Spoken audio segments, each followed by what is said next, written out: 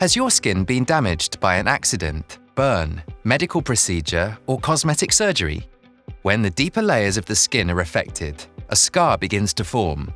Such a scar can remain active for up to 2 years and may cause significant discomfort, such as itching, pain, or a tight pulling sensation.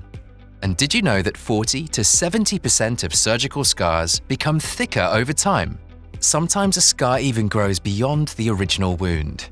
This is called an abnormal scar, and the impact isn't only on your skin. Half of all people with a scar feel limited in their daily activities. 1 in 5 even develops anxiety symptoms or avoids social situations. Fortunately, there's a lot you can do to prevent thickening of the scar and reduce the symptoms. Proper hydration and UV protection are always important, and in some cases, silicone therapy is essential. This helps your scar become flatter, calmer, and more flexible. Want to know what you can do? Download the Scar Guide for free today.